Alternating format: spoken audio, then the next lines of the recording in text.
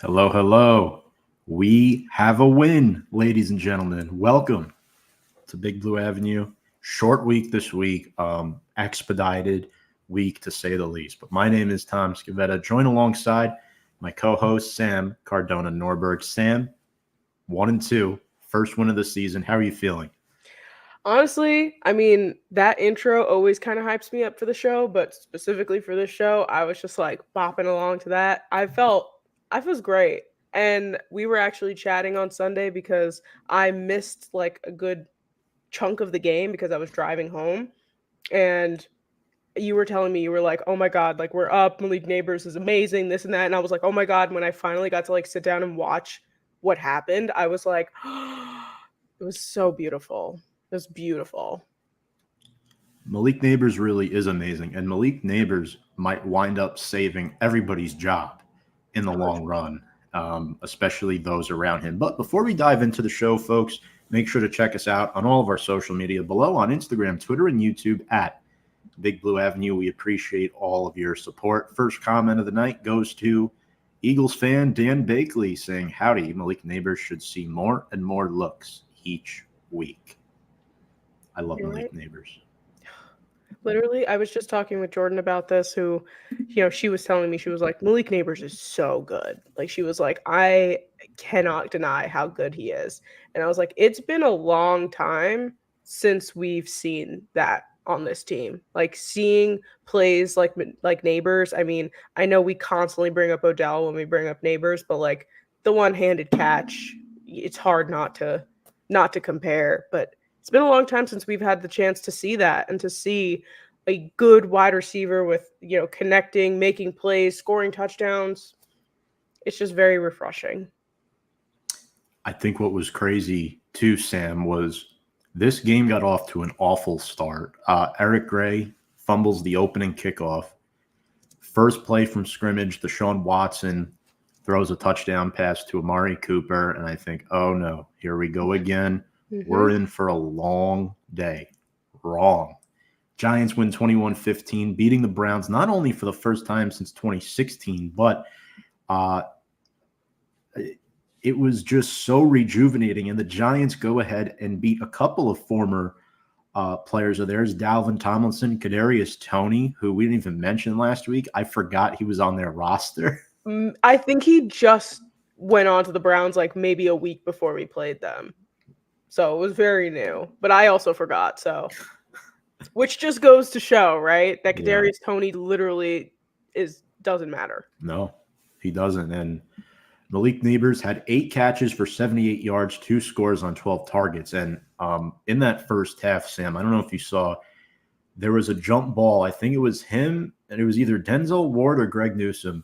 Malik Nabers jumps over the corner, reaches for the ball, snags it, makes the catch inbounds, and then a play or two later, he's getting a toe tap touchdown on the sideline.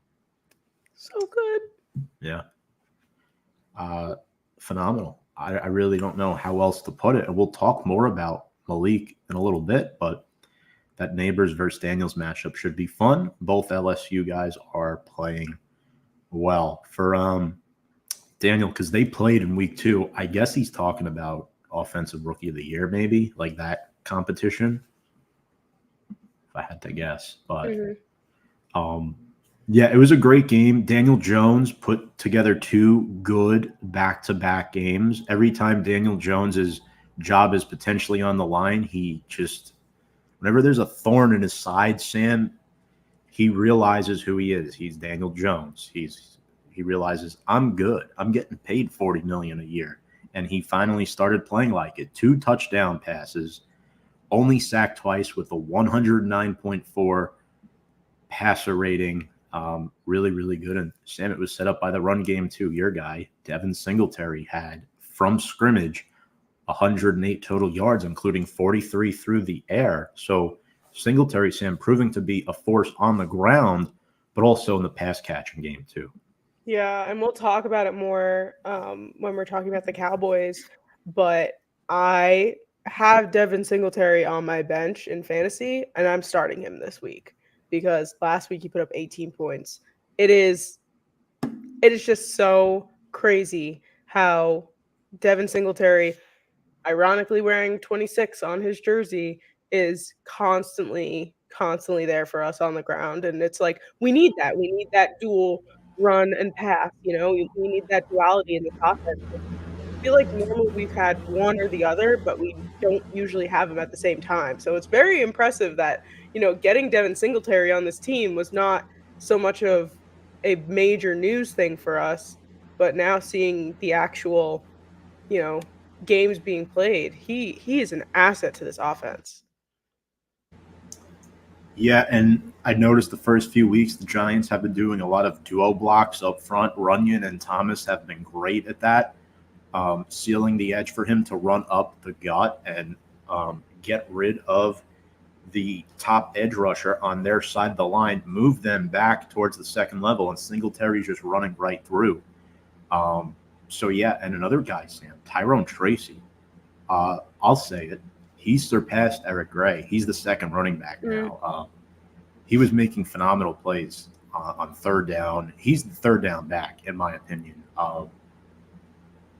Pass catching in the backfield and even running, too. He was solid. I think the O-line now, Sam, just gets a good enough push. It doesn't matter who's in the backfield anymore. Saquon, Singletary, Tracy. I know Saquon's off the team, but I mention him because it doesn't matter. You could pay a running back $2 million a year, and you'll get production out of him behind this new Giants offensive line, and that's part of the reason why they beat the Cleveland Browns. Yeah, no, 100%. And I think that's the constant argument, right? Whenever anyone pays a running back, when you have a Christian McCaffrey on your team, of course you want to keep him on your team. So obviously it's almost like the incentives of the money is just to make sure that they don't leave, because it's like, yes, they can try and get money someplace else and maybe it'll be it's a whole conversation, and we could go on and on and on about the running back contract situation with anything. But yeah, and you even told me when you were texting me updates about the game, Eric Gray had a fumble, didn't he not? So, First play. Not great. But Devin Singletary is also fumbling balls, so but at least he's making up for it in a different way. Yeah, he is, and I like what he's brought to the team thus far. And before we get to the defense, quickly, Malik Nabers, what I took away from this game, he's going to set some rookie records this season. 23 receptions, second most for a rookie through their first 3 career games, and first player in NFL history with 20 or more catches and 3 touchdowns. So this is an immediate impact. I don't know how Dallas stops him this week. That's going to be so much fun to watch. And did you see that he and Trayvon Diggs kind of have a little bit of like a rivalry going on, and a lot of people are comparing it to the Odell Josh Norman rivalry from back in the day, which of course more Odell comparisons, but I was thinking about it. I was like, wow, it's been a while since we've had like that major rivalry between, I'm assuming Diggs is going to be the one covering him.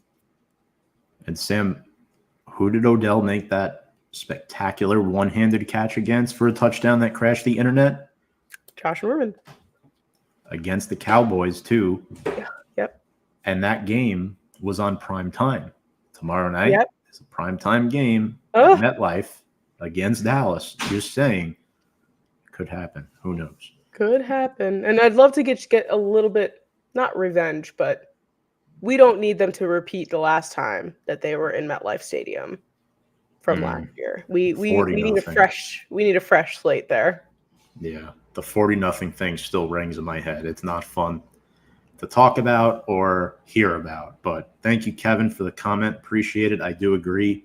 Daniel Jones and Malik Nabers have developed a really good chemistry. And speaking of chemistry, 8 sacks for the Giants this past week. The Big Blue sack exchange was in full force. Shane Bowen's defense, Sam, looked a lot better. They had 36 pressures in this game. That's the most in a game since PFF started charting pressures. Now, granted, Conklin was out. DeJuan Jones got hurt. Wyatt Teller left in the first half. The Browns were down 3 starting offensive linemen. So it was more or less, I think, them just exploiting it. But, I mean, you can't control who's in front of you, right? They were still getting pressure, and kudos to them. Yeah. Kudos to them. And I was so stoked to see Brian Burns a little bit more involved in this game as well, getting his sack and just, we got him in the offseason. He was kind of like our big go get, it was like we've been waiting for him to do something, and he's kind of been quiet these past few weeks. So to actually see him kind of be a little bit more involved and getting that excitement of seeing a guy sack Deshaun Watson looked good to me. And Kayvon Thibodeau got in there. Azeez Ojulari got in there, and our guy Dexter Lawrence got in there too. 2 sacks for him. So impressed. And Sam, with all those defensive guys up front, before we get to our player of the week, is there anything you want to add about this game? I know you caught maybe the second half of it live, but I know you picked the Giants to win, so I'll give you a lot of credit for that. Is this sort of what you were expecting, though? Not just from Dexter and the defense, but all across the board? Because Dable coached an outstanding game, I thought. I know, and the joke that I made to you, too, was like, I was like, wow, they watched Big Blue Avenue, because the one thing we said was put the ball in Malik Nabers' hands and, like, it'll happen. And there they were doing it. And I was so close on my prediction, too. I'm pretty sure I said 20-16 or something, and it was 21-15. So it was very, very close. I was almost there. But no, I mean, it looks like a cohesive team. And I know I keep making the joke like, wow, a real football team, but it's like, it's actually finally coming to fruition in front of our eyes. Right. And I'm hoping that it's not just a one-off game and we can continue to grow, because we have someone like Malik Nabers on this team.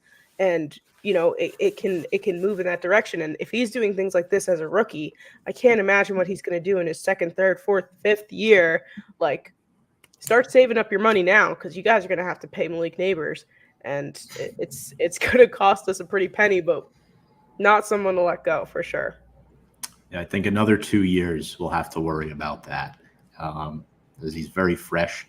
And Sam, without further ado, let's get to our New York Giants player of the week. Short week.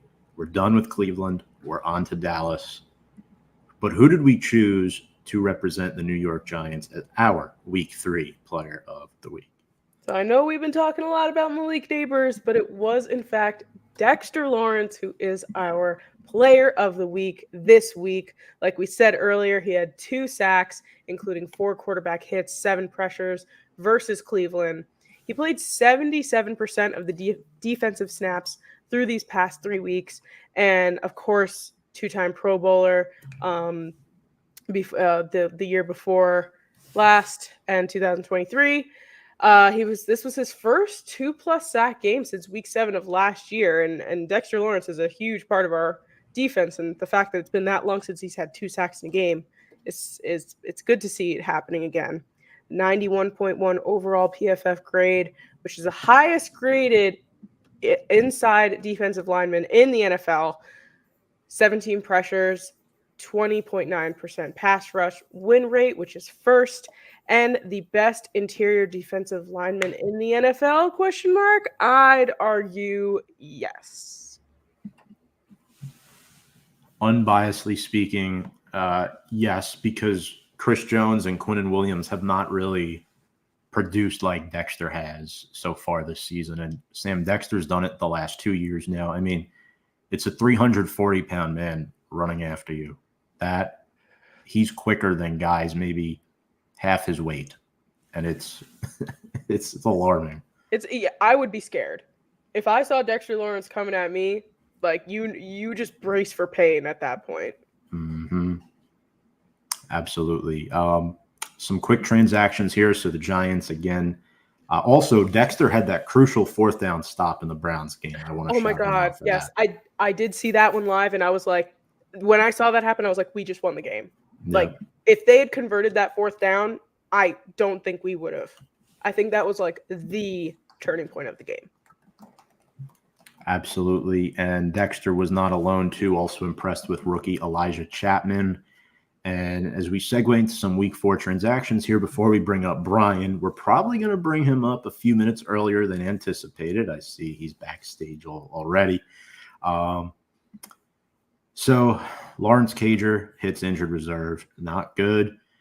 Giants worked out 4 tight ends yesterday. Sam and I love tight ends. We signed one. Joel Wilson signed to the practice squad. Jakob Johnson re-signed to the practice squad. They cut him from the 53-man roster, and they signed Ty Summers, who's been elevated from the practice squad the first 3 games this season to the 53. Dable acknowledged yesterday that Greg Joseph will be the starting kicker again this week. Joseph was 3 for 3 in PATs against Cleveland. However, he did miss a 48-yard field goal. And yeah, that's pretty much where we're at, Sam. You know, heading into Thursday night football, Cowboys are 5-point favorites. I'm surprised the line is only 5, but I can't really say that because of how poorly they've played the last 2 weeks. And it's just, man, like, yeah, Dallas has won both of the meetings last year. They were dominant, but there's just something about this team right now. 2 bad performances, short week. Your initial thoughts before we bring up Brian?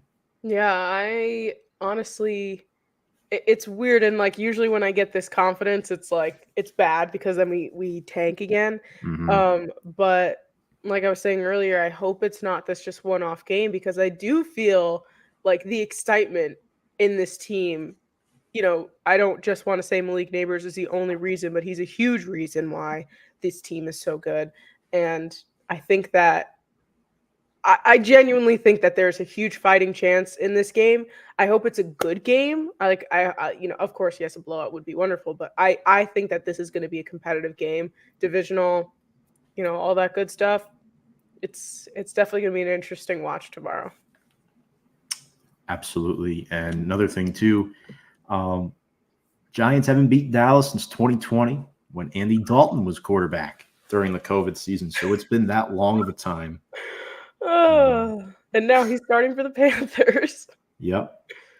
Andy Dalton's been through like 2 other teams since then. So, yeah, just goes to show you where this rivalry has been. And let's bring up our guest for the evening, the highly intelligent, one and only Brian Attard from the Sports Box in South Jersey. Brian, nice hat. I mean, everybody asks me, like, do you wear Ranger stuff every day? I'm like, yes. Yeah. Why do you ask? To some level, yes. So, love it. It's hockey season at the end of the day, so let's just get that out of the way first. True. How are you doing, by the way? I know we got to see each other a month ago. Yes.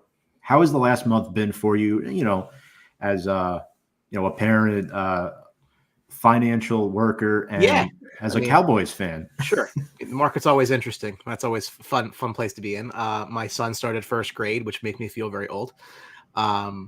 You're catching between Disney trips. Our next one's in November. He doesn't know that yet. So it's been good. Can't complain. Never had a bad day in my life, other than the fact that my owner won't fire my general manager, and that causes problems.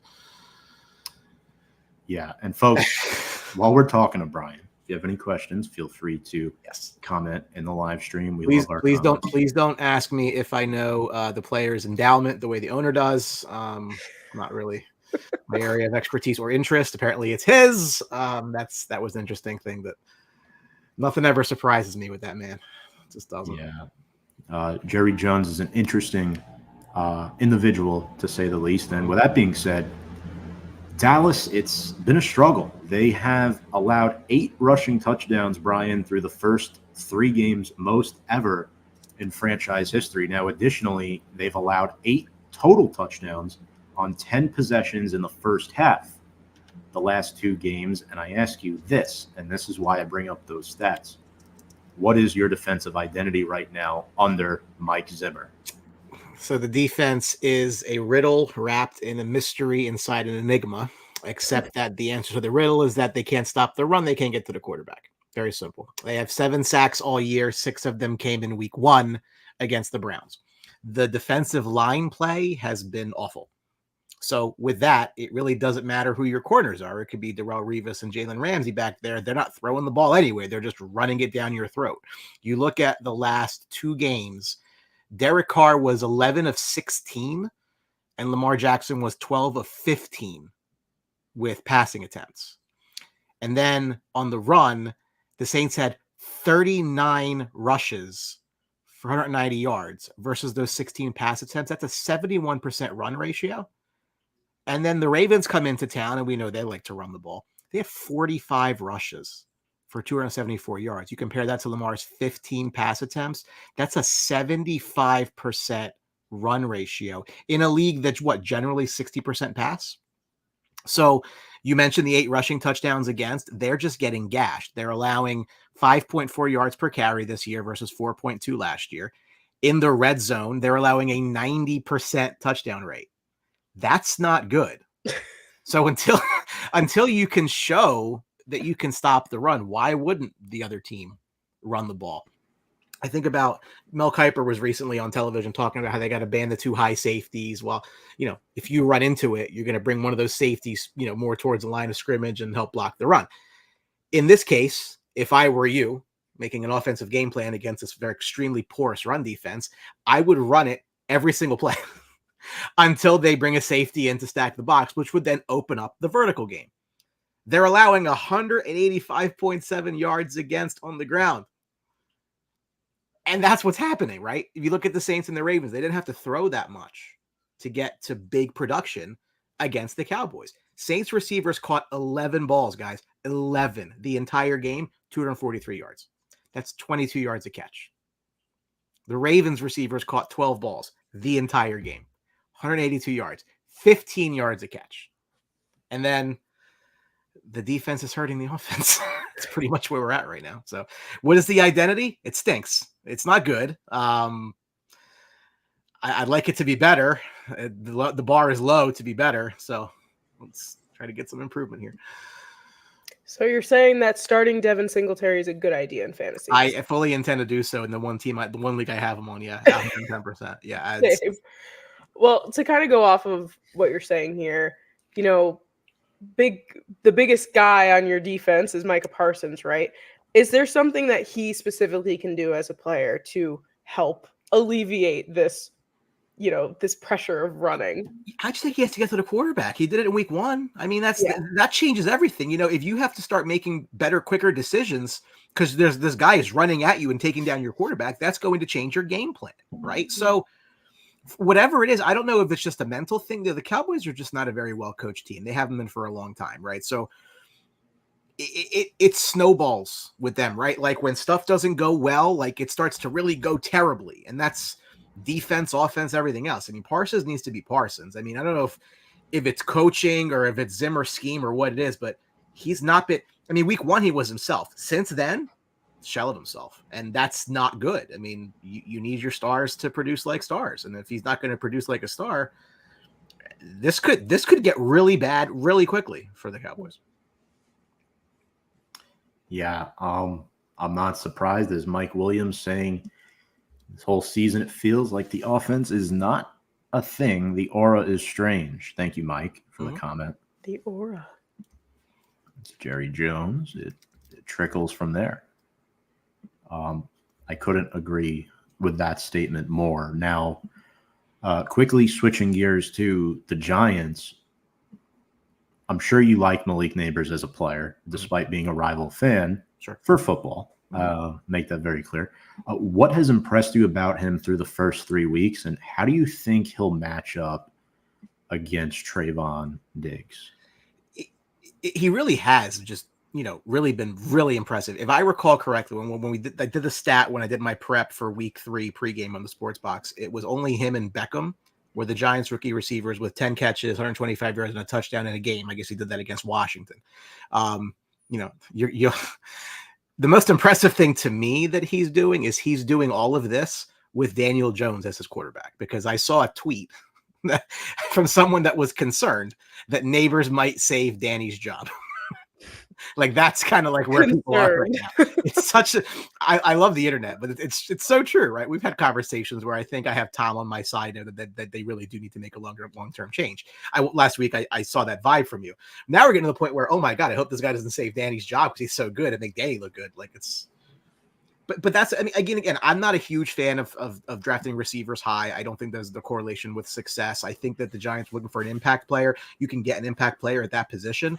I also think if they could have gotten Drake May, they would have been over the moon to get Drake May. It just didn't work out, right? So they went with, let's start building around whatever our future quarterback's going to be. And, you see around the league, what ends up happening is, and not necessarily Nabers from a contract standpoint, but just from like how much you're putting into the player to bring him in. You bring in these star receivers because you don't have the elite level quarterback and you want them to look as good as they possibly can. So you just surround them with as much offensive talent as you possibly can. I think I made the case after the Eagles-Packers game in week 1 that when they did the player introduction, like all the heads at the bottom of the screen, that I thought it wasn't even close, that Jalen Hurts was the worst player on their offense. Like that's how much they stacked that offense with receivers and tight ends and the line and now Saquon. So, I was a fan of the pick from a schematic standpoint. No, I just don't like receivers that high, but you can't discount the talent. I mean, the talent's absolutely there. His body control is just unbelievable. I think he's outshined Marvin Harrison to this point. Then I think Harrison's got a better quarterback. So, put those things together. Like you really got to be impressed with what the kid's done really quickly. For his sake, I hope he continues it, but that'll be expensive too. You see receivers holding out 2 years before contracts now. So we'll see where that goes. Yeah, see exhibit Jamar Chase, right? Yeah. And then now they're 0-3 because he didn't play a single preseason down. It's amazing how this happens. Very, very interesting. And speaking of contracts, your guy Dak Prescott got his extension. And I'm curious to think of your thoughts. If you were to go back in time 4 weeks from now, would you still, knowing what you know now, would you still give him the extension? I wouldn't have given it to him in the first place. Really? Yeah, no, I was very dead set against that. And they actually, that news broke during week 1 pregame on the sports box. So my face lost all life and color and everything else. I was just it's like, the train wreck is coming. It's coming, but until it happens, you don't get that just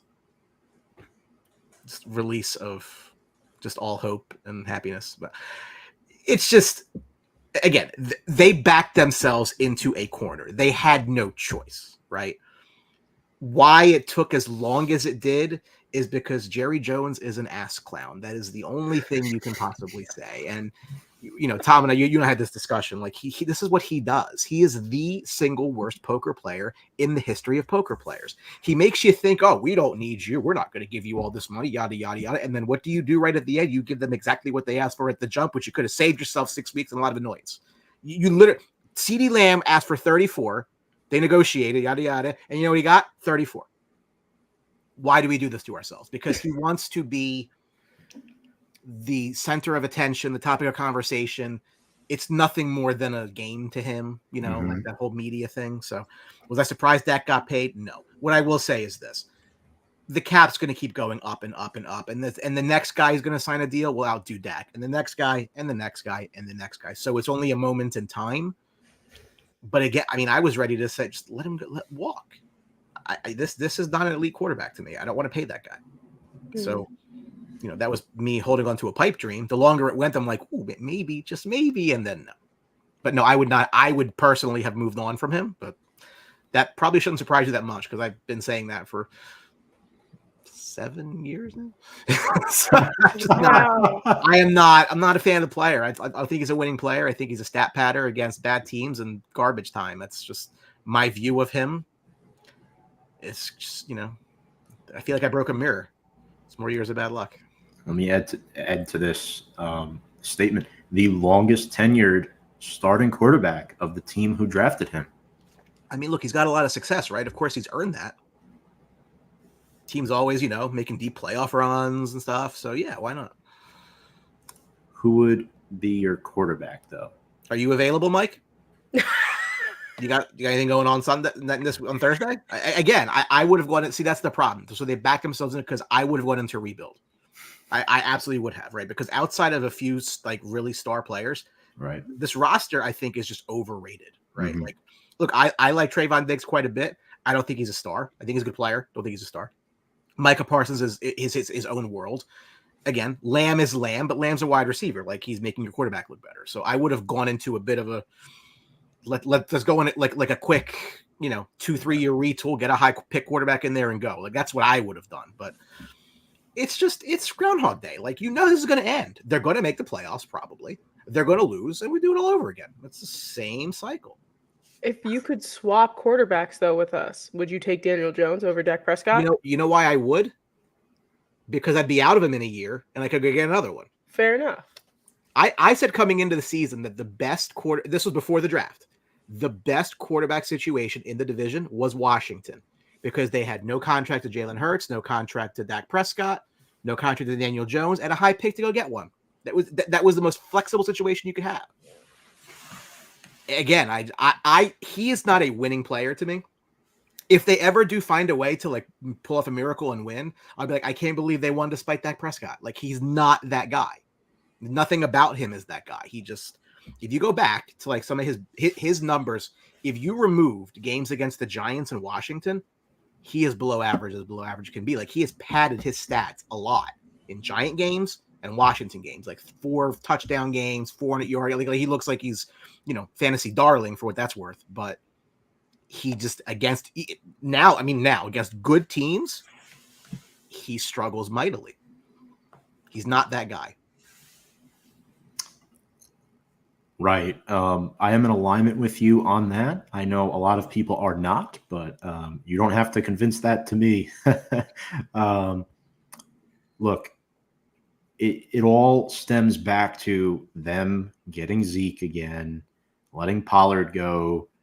Like, what is the current backfield situation like? It seems to be kind of a catastrophe right now. What's it like having Zeke back there? Are you sick watching him back there, or should it be more of a timeshare with Rico Dowdle? I think it should absolutely be a timeshare. I mean, I think most situations in the league should be a timeshare. The bell cow back has become very much the exception and not the norm. Zeke is what he is. He's a 29-year-old running back, and in running back years, that's what, you're 60. Like that's old for a running back. He does what he does. Doesn't do it overly well, but that's what he is. I don't think that the reason the Cowboys necessarily struggling to run out of the gate this year is necessarily him or Rico Dowdle or any specific running back. I think it's more that the offensive line is really not that good at run blocking, and they weren't last year, and nothing really changed there. People make all this talk about how they didn't sign Derrick Henry, or Jerry said they couldn't afford Derrick Henry. I don't know what he says. He talks out his ass after that. But I don't see that as the reason, right? So Pollard last year was a 1,000-yard rusher. It was like 4 yards a carry. But I think a lot of that was because he broke up a couple long ones that would bring that average up. Like you didn't really get a lot of consistent 4 or 5 yards a carry, but he'd break off a 30 to offset the 2, and all of a sudden your average is better. They were middle of the pack last year, I want to say, in rushing. I want to say it was like 100 and 110, 112, let's just say. Well, they're 73 this year, right? But they had 102 against the Browns. So I think a lot of their rushing problems is game script. They had 68 against the Saints, I think like 50-ish against the Ravens, because you're down 35-16 at the half to the Saints. You're down 21-6 at the half against Baltimore. Like, that's not a game script that says you're going to run the ball that much in the second half because you are trailing and you have to get back into that game. So I think the raw number of their rushing stats is a little bit misleading as to what they can be, because the games have just not lended themselves to let's go run the football, right? So that will get better by default. It just looks bad right now because you've had such awful starts that you then really can't run the ball in the second half, which frankly puts a lot more pressure on your offense. Not that your defense is really helping you out that much anyway. And since we're talking about running backs, and since we were just a few minutes ago talking about Jerry Jones and his money situation, what did you feel when he came out and was talking about the comments how like, oh, we can't afford Derrick Henry, and then you go out and you pick up Ezekiel Elliott? Like, where's the disconnect there? Because obviously I know Derrick Henry is a quote unquote old running back, but like he's doing pretty well in Baltimore right now. Baltimore's built to run. I'm not surprised by that. Like I don't know that, Derrick Henry makes a difference. I just think that if you had Derrick Henry, you'd still probably be losing these exact games the same way. Tony Pollard was by no means a bruiser, very much a finesse back, make that first move and get yardage downfield. That's why, again, he'd break off a long one, but very rarely do you see him get that 4 yards the way Derrick Henry muscles his way to 4 or 5 yards, right? So I don't necessarily think that that's who it was. Jerry says a lot of things that Jerry finds interesting. and that's all Jerry cares about.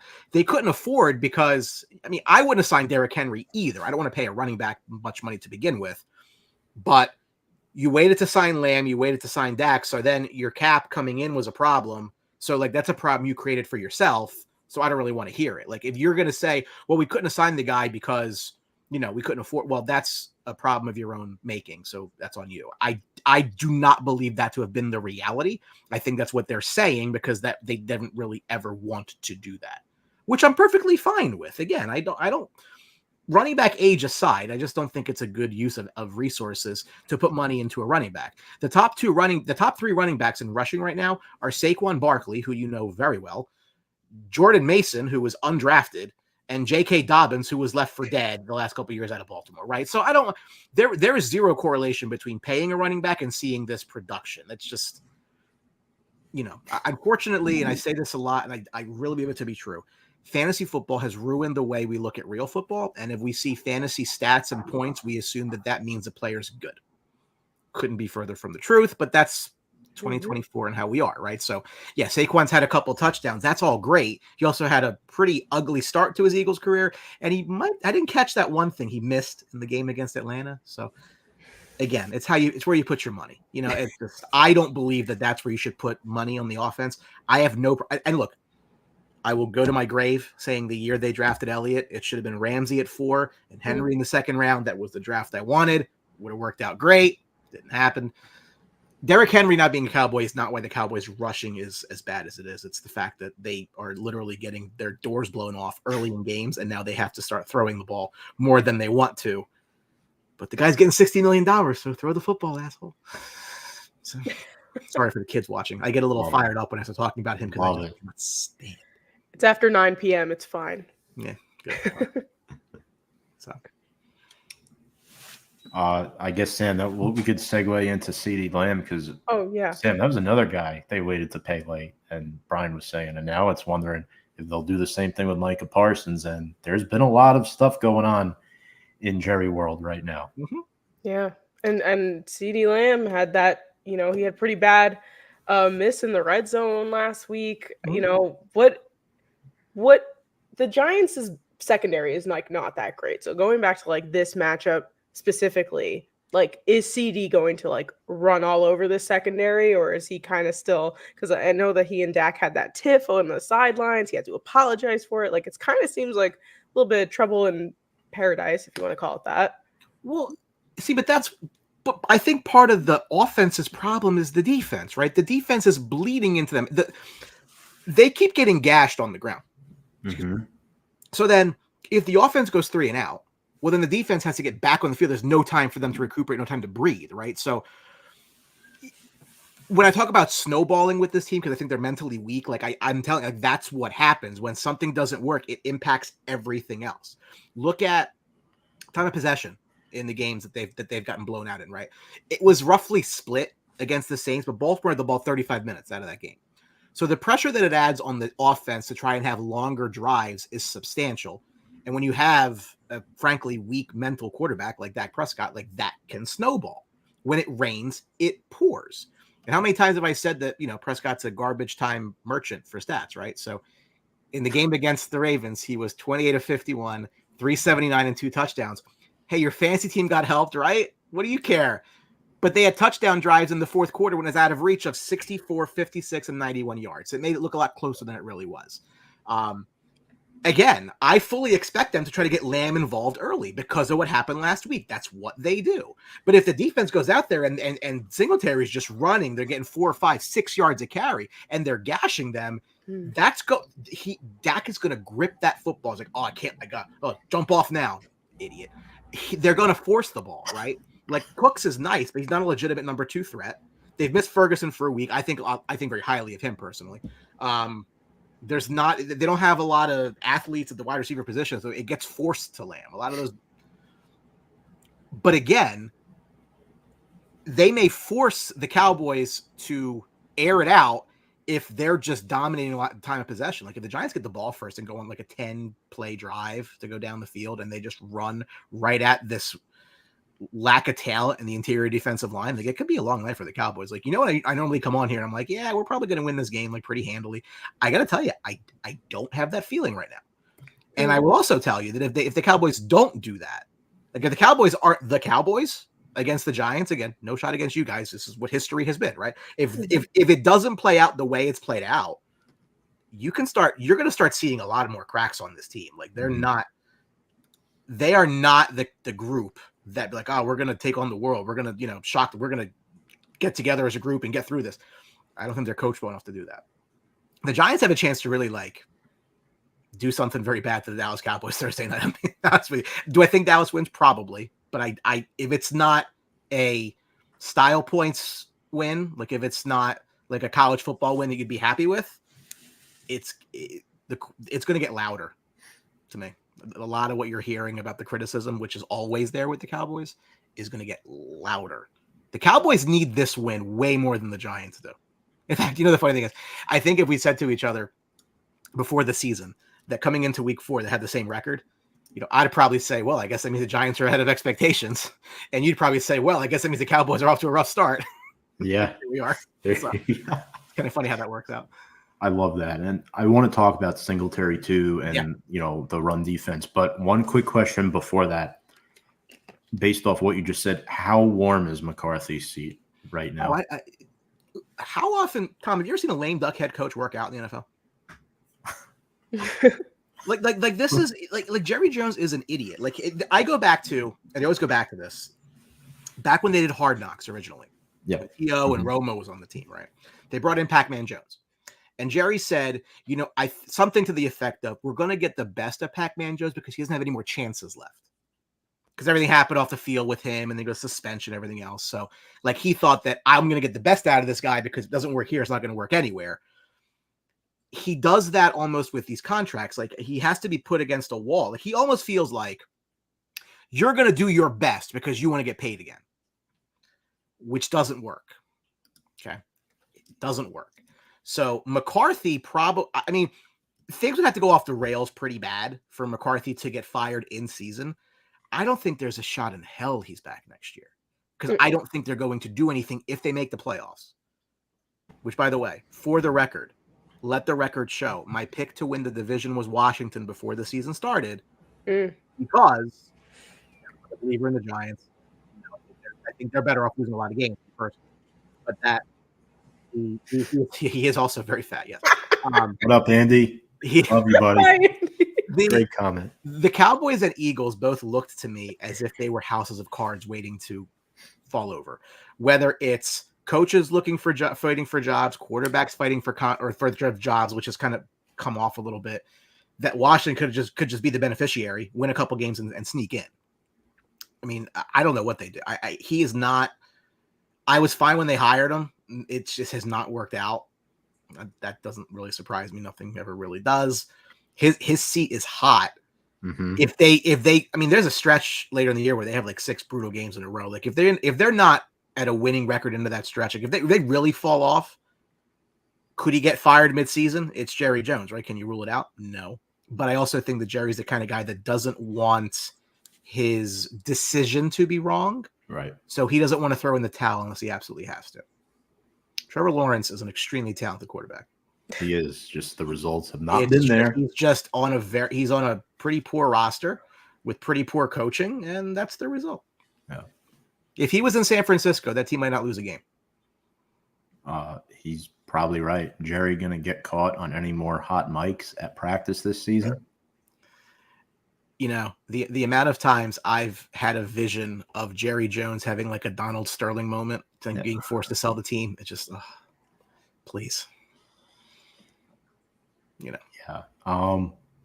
So when it comes to like keys to the game, I think because I'm still favoring Dallas, and that's probably who I'll wind up picking tonight. Yeah. But the Giants do have a legit chance to win this game. I'd say about a 20% chance. And here's why, right?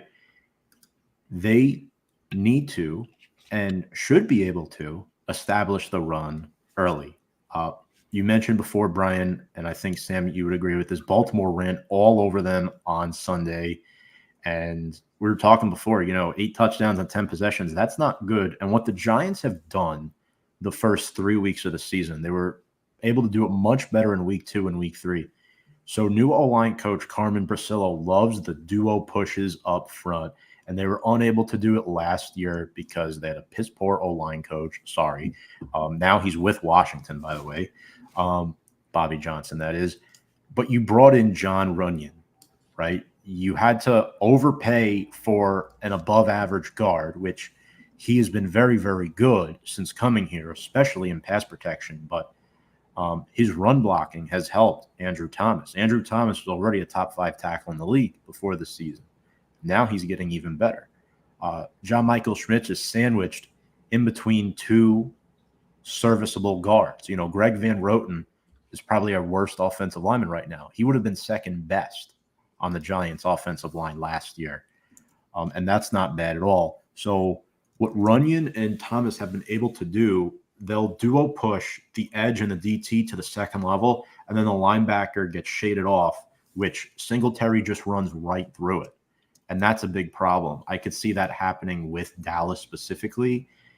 This defense, too, is giving up 29.7 points per game. So if the duo push succeeds, it's going to be a problem. And not to mention, if you're Dallas, you have to stack 7 guys in the box. The problem there is Malik Nabers gets left one-on-one on the outside. And then Brian, your free safety, obviously – he's going to have to help and cheat a little bit, which will also open the middle of the field up. So if you're Brian Daboll, Sam, I'm looking, this game is in your favor. If you establish the run early, score a touchdown, get ahead, it might be a long night for Dak Prescott and these Dallas Cowboys. I mean, Brian said it. As long as the Giants are running right in the beginning of the game, they're going to struggle towards the end, and then they're just going to be hoping CeeDee Lamb catches it, at the end. It seems very plausible. I hope it's a good game, though. I genuinely hope it's a good game because I feel like it has the potential to be a very close game. Like, I don't think this is a Nabers game necessarily. What I think they do is they continue to run. I mean, if I were the Giants, I'd run the first. I'd run until I don't get 3-4 yards on it, right? I think play action is going to be a problem for the Cowboys, and I think that if they get Nabers once or twice and they just have to account for him, it'll open up the run even more. Like, I think that I always tell you, like, I would, when they had Saquon, it was always like, make Daniel Jones beat you. Don't let Saquon beat you. In this case, it doesn't really change that much. It's don't let the running game beat you because that is your weakness. Nabers will get his, right? But I think that will actually open up the run more. Rather than have the run open up the pass, use the pass to open up the run. And then just abuse what is their weakness. Mozzie Smith has not worked out as a first-round pick. And then the interior of the defensive line does not, like, that's where they're really getting, they can't stop anybody. And if it's because they're trying to rush the court, we're not doing that well either. So pick something and work on it. Figure something else out. But it's not, like, look, I mean, them being 1-2 is not a huge surprise. I mean, the Saints game could have gone either way. You probably before the season. I mean, look, the Ravens were 0-2. They really needed that game. Like, I think that whatever. Like, I'm not going to nitpick. Whether you get blown out or you lose by 3, it's the same net effect. I really don't care. But it's one of those things, like I said, where if the Giants can kind of impose their will early, the Cowboys might just fold. Like, that's the thing. Like, they're not a team that I think is mentally strong enough to, mount a comeback, despite the fact that they kind of almost did that in week 3. I think that was more the Ravens having indifference, if nothing else. It just, like, it was too little too late. I mean, Sam, we were talking, right? Short week. Dallas is mentally frazzled right now. In all due respect, Brian, this is the week you might want them. 2 losses in a row, short week, not a full week of practice to prepare, right? How could the Giants pull it off? What do you think? I mean, we always start the game with a run. Like, I feel like we never pass the ball on the first play of the game to begin with. But no, genuinely, honestly, spoiler alert, I'm going to pick the Giants to win this game. I think that I'm going to roll with my confidence that I came in with last week, seemed to work out last week, and I'm going to roll with it again this week. if the fact that, I mean, it's a short week for both of us too, to consider that. But it's almost like it's good that it's coming so fast because we just had that momentum going with Jones, with Nabers, with Singletary. Like, it's almost like, okay, like, let's just play a game as quickly as possible to like make sure we don't lose that momentum.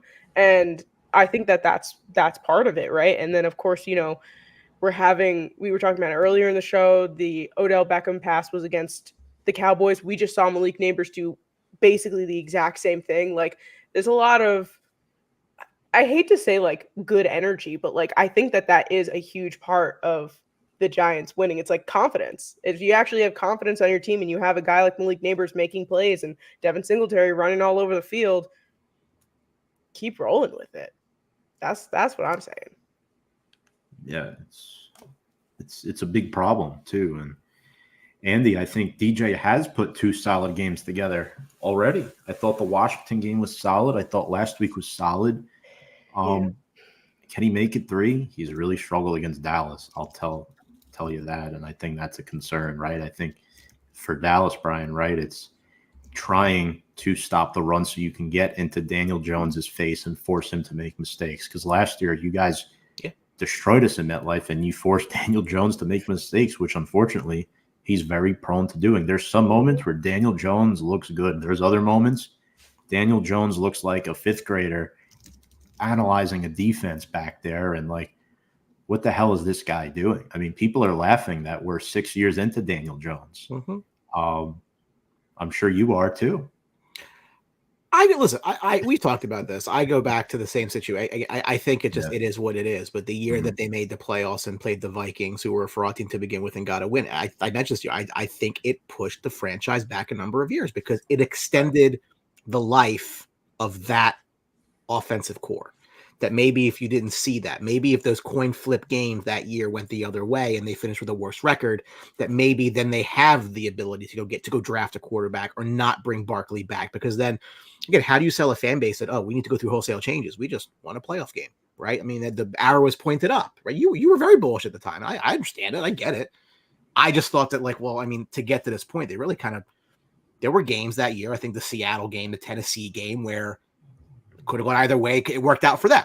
And then they catch the Vikings in the playoffs, which had just a complete fraud.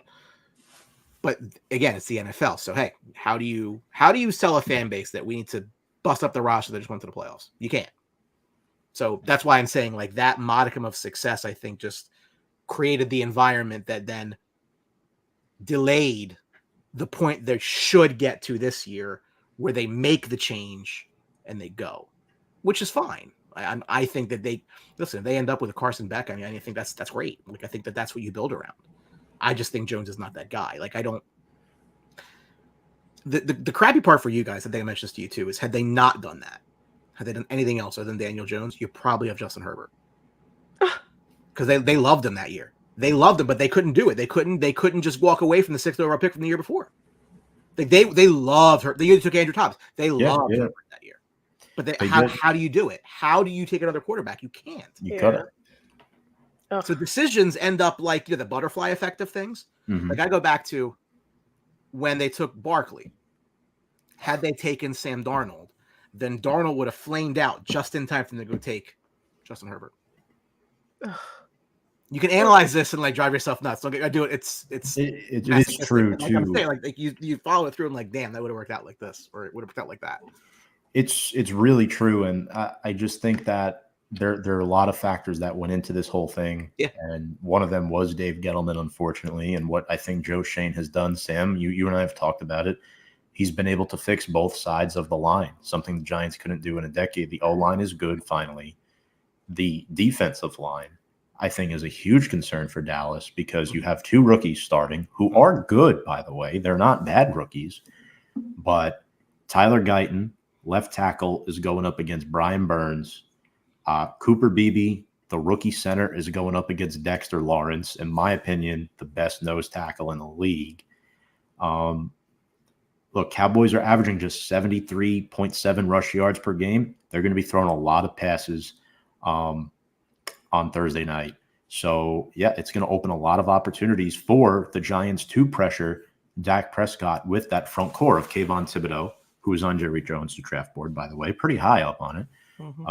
As was Evan Neal. I would never consider that a bad pick by Joe Schoen. Even everyone loved Evan Neal at the time, including us. Dexter Lawrence and Brian Burns, those three specifically. So, look, we had 8 sacks last week. And another thing, too, people overlook, it's not just the players. It's the scheme. Shane Bowen's scheme has been really, really good the last 2 weeks. It's sort of like a puzzle, right? Like Jason Pinnock, guy that we all love, safety, is always lining up near the line of scrimmage or on it. He can shift. So BB's going to have to shift right. And I think your right guard is Hoffman. Hoffman's right, and then I forget who right tackle is. It might be Tyler Smith, or Smith might be left guard, actually. If you shift right, you're going to have McFadden blitzing down the middle, and you can block that off. But the problem is Brian Burns gets left one-on-one against rookie left tackle Tyler Guyton. So that's a massive advantage for the Giants because they're able to get there with 3 guys up front. You have a linebacker who can blitz well, and you have a safety that can play in the box. Salmon, I know you and I have talked very highly of Mike and McFadden and Jason Pinnock on this show. Those two have been very underrated players that I don't think the national audience gets a good perception of them just because they're never talked about. And I mean, we've been missing McFadden a bit because he's been dealing with an injury, right? So yeah, it's the Giants defense. It was like almost like they were our saving grace last year. And now all of a sudden they're kind of like not, they're kind of doing the opposite now. And I mean,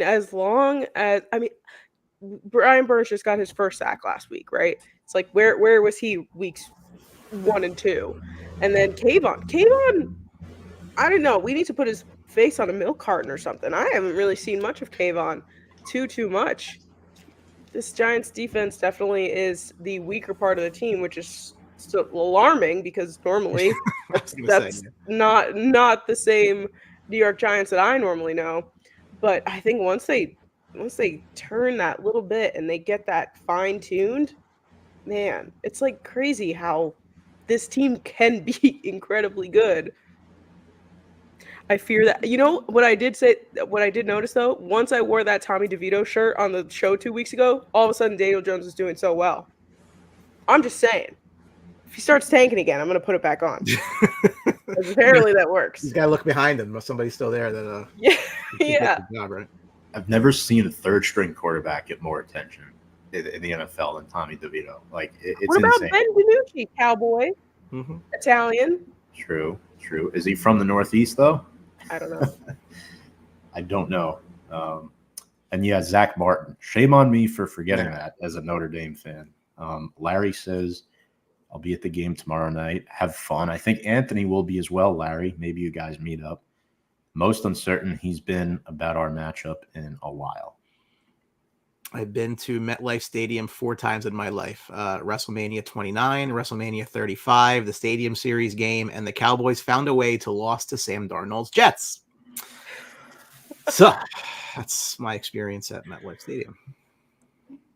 And before we, I guess make our official picks and scores of the game, Sam, we'll start with you. Quick player to watch on both teams. Who do you have? I'll do the obvious for the Giants. I'll say Devin Singletary as my player to watch. Also because I don't want to regret placing him in my flex position this week. And I'll even say Brian Burns on the other side of the ball for the Giants as well. And for the Cowboys, I mean, gosh, like Micah Parsons. Like I'll say Micah Parsons because that's probably going to never heard of him. Yeah. I think that, if anybody's going to be stopping us, it'll be him. So I'll say Micah Parsons. What about you, Brian? So I think that when they get Deron Bland back, their secondary will be a lot better. But they are at their most swag level when Trayvon Diggs is running back pick sixes, right? So I think if Diggs can have a game, I think if Again, you're trying to cover an elite receiver, right? I mean, that's not a very easy task to do. But if Diggs can get a pick, I think that can be a momentum swing. Like they need something good to build on. Like there's just been nothing. Like it's just been all bad. And if you're a weak mental team, like everything just flies. So I think if Diggs gets a pick, I'll be happy with that. Offensively, I always think Jake Ferguson should get more play than he does because I think he's a big body. I think it's exactly what Dak needs. Across the middle, you gotta get guys off of CeeDee Lamb who can beat double coverage. Like he's that good, right? But like I think they need a legitimate second threat. And if that's going to be Jake Ferguson, great. Make it Jake Ferguson. So wouldn't surprise me at all if the Giants try to play a little bit of deception. Maybe Wan'Dale Robinson gets a touchdown this week because they're overcorrecting to Nabers, right? That'll happen all the time. But you absolutely, zero question about it, you absolutely must start Devin Singletary everywhere you have him. And don't put him in your flex because he's playing on Thursday. Everybody does that. Drives me nuts. Your Thursday players need to be in your non-flex spots just in case something happens later. Good. That's super smart. I'm going to do that right now. Yep. Because very good point. Okay. So, because again, if you put him in your flex, right, all of a sudden, like one of your running backs is injured. Now you can't put a receiver there. Another player. Very good point. To keep an eye on. I mean, Tyrone Tracy in a couple weeks might be a PPR deep flex guy. You definitely want to keep an eye on him. He's a pass catching back, runs the ball well. Now our running back too. But quickly here, my players to watch. Brian, you took mine with Jake Ferguson. Good for you. I love tight ends. I'm going to go all defense here. I mean, you could throw Jalen Tolbert in there, but I mean, we know that the Cowboys are going to throw on the Giants. Their secondary is weak. DeMarcus Lawrence, yes, he's older, but 12 sacks and 17 career games against the Giants. That does not bode well for them. The difference now is that the Giants have two good tackles. They've never had two good tackles going up against the Cowboys as long as DeMarcus Lawrence has been there. I also like the Marvion Overshown a lot on your second level, Brian. I think he's a really good linebacker. Good in Mike Zimmer's scheme for the Giants. And we talked about Malik. We talked about Wan'Dale. Slayton is questionable right now with a thumb on a short week. I mean, he's expected to play, but I don't know how often he's going to be targeted. I really think it's going to come down to, like Sam said, Devin Singletary. Wan'Dale is a good option in this game. Completely forgot about Wan'Dale, to be honest. Unfortunately, Jalen Hyatt's been a non-factor since coming here. He had one good game. Slap his face. I like him coming out, too. Yeah. I don't know what it is. Route tree, offensive scheme, long adaptation to the NFL playbook. I don't know. But if the Giants have time to throw and time to the side, keep an eye on Tyrone Tracy on offense. And then defensively, Jason Pinnock, guys. I think he deserves to be mentioned.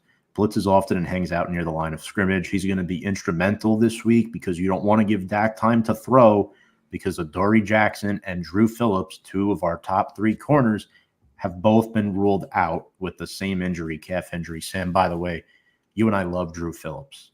Third-round pick out of Kentucky. Awesome slot corner. Great against the run, plus support. He can drop back. And there you go. That's going to be tough for the Giants. And one other thing I mentioned, Dallas, you want to keep the Giants in a base set defensively so that Brian Burns has to play more of that linebacker position than coming at the quarterback. I think that's a huge acknowledgement there, too. But it's time for our picks. Brian, we will start with you. We know Sam is already going with the Giants. Yeah. But do you agree with that, or are you still rolling with that? So I'm on record saying the Giants losing is long-term winning. I'm not going to deviate from that because I think they need to be as high in this draft as possible. I'd actually, if I were a Giants fan, be kind of mad they won last week, but that I view things differently than most people. The Cowboys need this win like oxygen. Like, I think that if they go to 1-3 and then have a week and a half to have to hear the national media talk about why they're 1-3 and in last place in the East, that's going to drive somebody nuts, right? So given the spot, I think Dallas absolutely has to have the game. However, it is not going to be the drubbing that we've seen because they're not there right now, right? So I think the Giants probably that line is I think I see it at 6. Like that's probably right. Like a 27-20 game like feels like the Giants are in it to the end. Maybe that's when they get this pick to seal the game, but if they're down 7 then they get the ball at the end, like they're going to have a shot. And that's where maybe you don't trust Danny Dimes to win you the game, despite the fact he's thrown to Malik Nabers, right? So my gut tells me like a 27-20 Cowboys win, that it's not the put your backups in the second half. Like the Giants are going to make them work for it is my point, right? So as a Giants fan, that's kind of really what you want, right? Like you want to be in games, but you don't want to screw your draft position up. Like I get like trying to like thread the needle. Like I totally understand. As a Rangers fan, which went through a rebuild, like I go to games, hope they play well and lose. That's all I want. Get me a high draft pick. Worry about it later. I think the Giants are very much in that same kind of mindset. So again, you will not be upset with your football team at the end of Thursday night. They probably won't win, but they will not let you down. It will not be this, I'm turning it off at halftime and watching reruns on TV. Like you'll watch the end of this game. Real quick, by the way, I happen to see something on Twitter you're going to find interesting. Did you hear what Cam Newton said? Oh, God. What did he say? In reference to Eli Manning's Hall of Fame nomination, he said, and I quote, "If he gets a gold jacket before me, I deserve 2 of them." Is he on drugs? Yes. I don't see any Super Bowl rings on Cam Newton's fingers. No, well, I'm sure he has some fashion jewelry. They have one that looks like it. He might have something. No, I mean, we can have a conversation to the nth degree about Eli. That's a deep discussion we can have at any time. Mm-hmm. Cam Newton's never done anything in the NFL, so that's to me like, hey, look, Eli Manning is infinitely more qualified for the Hall of Fame than Cam Newton ever will be. 100%. I wholeheartedly agree. And on that note, the Giants are going to win tomorrow because I believe in them. But I think it's actually going to be a much, much closer game. I'm going to go 1 point. I'm going to go 21-20 Giants. I think that but I completely agree with you, Brian. I think that it's going to be down to the wire. Like, they're going to be working for it. That's what I'm hoping for. Like, that's the type of game that we're going to get. Yeah. But I do think that the Giants are going to be able to come out just a little bit, and it's going to be a nail biter. I'm not saying that we're going to go into this with like, whoo, no problem. But I think it's going to be much, much closer. Just a 1 point game. All right, so I guess I'll be breaking the tie here, folks. I see the pain in Tom's face. He's going to pick the Cowboys. I know it. I can tell. It's not a good poker face, Tom. Like an open book. Yeah. Look, the Giants have beaten the Cowboys once since 2016. Dak has never lost to the Giants, I think, since maybe his rookie year, if that. Look, it's been a struggle. The last time the Cowboys lost to the Giants, they lost 23-19 at MetLife. I have them winning 23-19 tomorrow night as a reverse jinx. Look, this game is going to come down to one player, Brandon Aubrey, the kicker from Notre Dame, converted soccer player. He is the best leg in the NFL. He's surpassed Justin Tucker as the best kicker in the league, in my personal opinion. He can boot 60-yarders like it's nothing. He's just really, really good. I like to see him kick. I don't like him seeing him kick against my team. But, Brian, I'm sure you could account. He's one of the best players on your team. He's not just a kicker. He's a player. Yeah. He's a weapon, right? I mean, he made one from 65 that I think would have been in from 70. Like, he's going to break the record at some point. Oh, yeah. And McCarthy allows him to kick, I mean, because he has a lot of faith in him, which he's earned, right? So, right. That's the thing, too. Like, they don't – it's insane, right? Like, this, it's you have this advantage over the rest of the league where you can get this guy that can make 66-yard field goals. You still can't figure this out. Like, right. It's just like it. Well, Giants lost the game on field goals in week 2. We gave up 7 of them and lost the game. Yeah. So. That won't happen this week. No.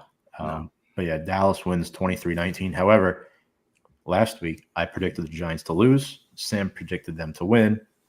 Sam was right. So, Sam, I hope you're right again. I hope so too. And it was very close with that score. It was very close. So I think that has something to do with it.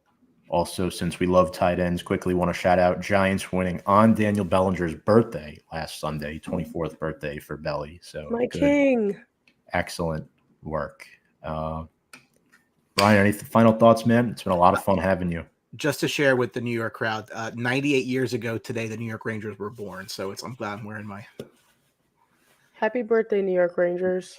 Sam, are you a hockey fan? I'm a Rangers fan by default, but I don't really watch a lot of hockey. I used to when I was younger because my dad and I watched a lot, but not really so much anymore. There's a parade. You're still invited. Yay. I still got red, white, and blue. Exactly right. Yeah. No, like I said, I just this has the makings to like it can potentially be like a massive disaster.